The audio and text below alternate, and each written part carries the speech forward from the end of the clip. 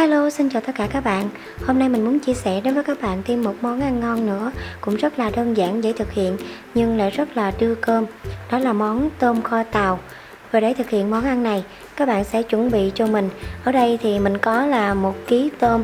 Hôm nay là mình sử dụng tôm nó cũng rất là to hết các bạn. Đây, mình sử dụng tôm to thì mình kho lên nó sẽ ngon hơn. Bởi vì một chút nữa mình sẽ đi bóc vỏ, mình không có giữ lại vỏ nha. Bây giờ mình sẽ đi sơ chế luôn nha các bạn. Mình làm đến đâu thì mình sẽ chia sẻ công thức đến đó để các bạn có thể là nắm rõ hơn. Đầu tiên thì các bạn sẽ chuẩn bị cho mình một thau sạch như thế này. Mình cho vào đây là 1 muỗng canh muối. Bây giờ mình sẽ cho nước vào nha.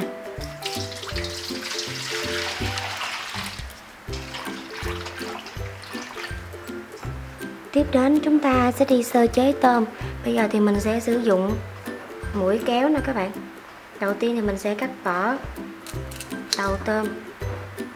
Rồi các bạn cho mũi kéo vào.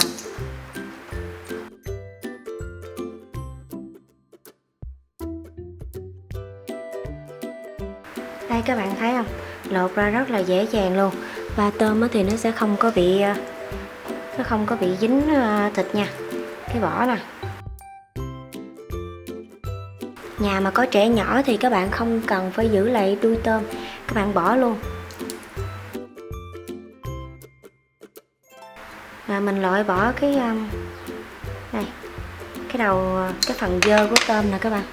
Sau khi mình đã bóc vỏ tôm dễ dàng như thế này và mình loại bỏ cái phần dơ trên đầu tôm, bây giờ các bạn sẽ sử dụng dao.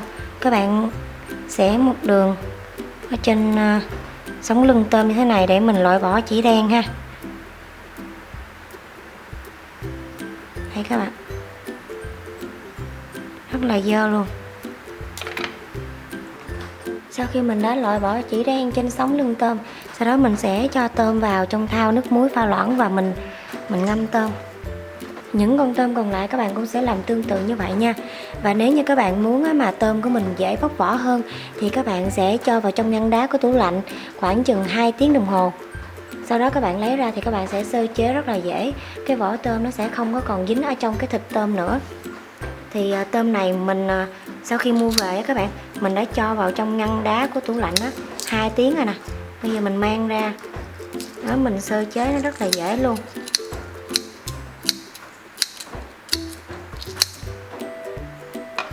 Nó mình bóc vỏ thì nó sẽ không có còn bị dính cái đầu tôm này nè.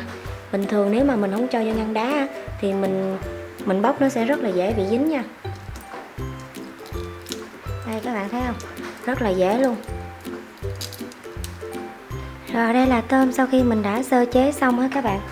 Tiếp theo mình sẽ đi tách lấy cái gạch tôm mình cho vào trong cái chén riêng nè. Rồi đây là gạch tôm. Bây giờ thì mình sẽ cho vào đây 1/3 muỗng cà phê muối. Và đây là dầu màu điều ha. Mình sẽ cho dầu màu điều vào đây để nó có cái màu sắc đẹp. Mình cho đây 2 muỗng cà phê dầu màu điều. Rồi bây giờ mình sẽ khuấy đều lên và mình để riêng sang một bên. Gạch tôm cũng như là dầu màu điều sẽ giúp cho món tôm kho tàu của mình có màu sắc đẹp hơn á các bạn.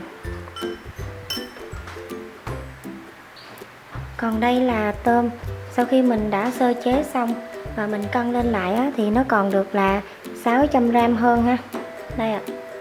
Rồi bây giờ mình sẽ đi ướp gia vị cho tôm. Mình sẽ cho vào đây 1 muỗng cà phê đường, 1 muỗng vung cà phê đường, 1 muỗng cà phê hạt nêm, 1 muỗng cà phê muối. Tiếp theo các bạn cho vào đây 1/3 muỗng cà phê bột ngọt. Trường hợp mà các bạn không thích ăn bột ngọt hoặc là dị ứng với bột ngọt thì các bạn không cần phải cho vào ha.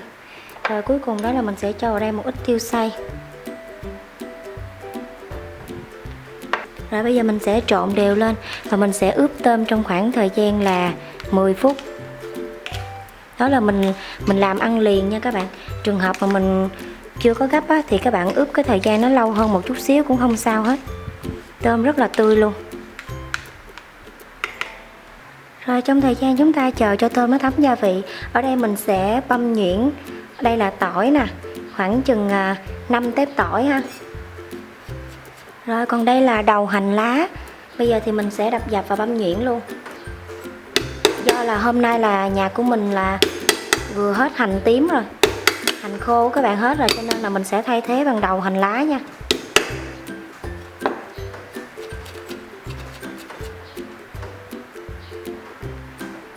Rồi tiếp đến sẽ là nửa trái ớt sừng không cay. Mình bỏ hạt đi rồi mình cũng băm nhuyễn luôn nha. Ai ăn cay được thì các bạn sẽ thay thế bằng ớt hiểm. Tiếp theo các bạn sẽ bắt lên bếp cho mình một cái chảo như thế này. Bây giờ mình cho vào đây một muỗng canh dầu màu điều. Rồi sau khi dầu đã bắt đầu nóng lên thì các bạn sẽ cho tỏi băm, đầu hành lá đập dập băm nhuyễn cũng như là ớt băm nhuyễn vào mình phi cho nó thơm ha. Rồi khi tỏi cũng như là hành đã thơm rồi, các bạn sẽ cho đường và nước mắm vào ha. Lý do mà mình không có cho nước mắm vào mình ướp chung với tôm là bởi vì khi mà mình ướp nước mắm chung với tôm á, thì nó sẽ dễ có cái mùi khai rất là khó chịu. Vì vậy cho nên là mình phải nấu cho cái nước mắm nó sôi lên trước. Bây giờ mình sẽ cho đây một muỗng canh đường. Lúc này mình để mức lửa nhỏ nhất ha các bạn. Rồi mình cho vào đây là 2 muỗng canh nước mắm. Mình sử dụng là nước mắm 40 độ đạm nha.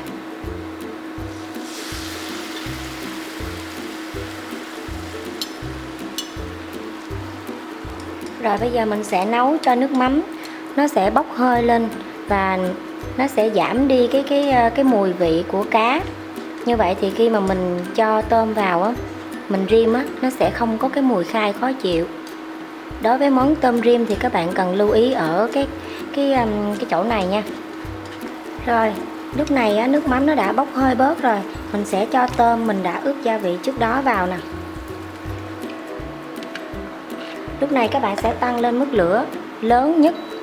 Và các bạn nhớ nha, mình sẽ không cho nước, bởi vì đối với món tôm kho tàu này một chút nữa thì trong tôm nó sẽ tiết ra nước. Vì vậy cho nên là mình không cần phải cho thêm nước.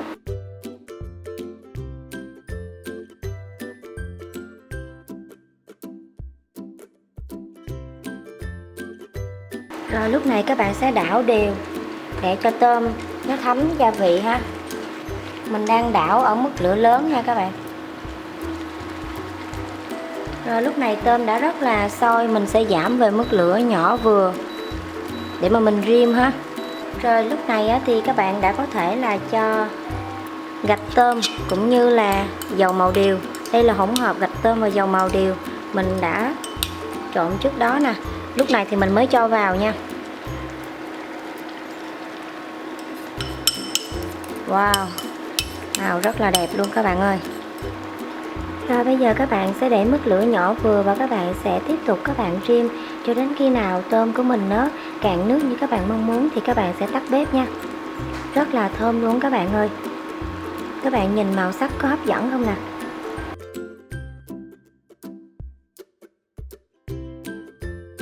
Rồi lúc này tôm kho tàu đã cạn nước như mình mong muốn. Bây giờ thì mình sẽ tắt bếp nha. Rất là ngon và màu sắc rất là đẹp luôn ha các bạn. Đây là món tôm kho tàu. Như vậy là chúng ta đã hoàn thành xong một món ăn rất là đơn giản và đưa cơm như thế này. Nếu các bạn cảm thấy yêu thích, đừng quên cho mình một like và đăng ký kênh ủng hộ cho mình, cũng như là chia sẻ cho thật nhiều bạn bè để biết thêm một công thức nữa về cách làm tôm kho tàu này nha các bạn.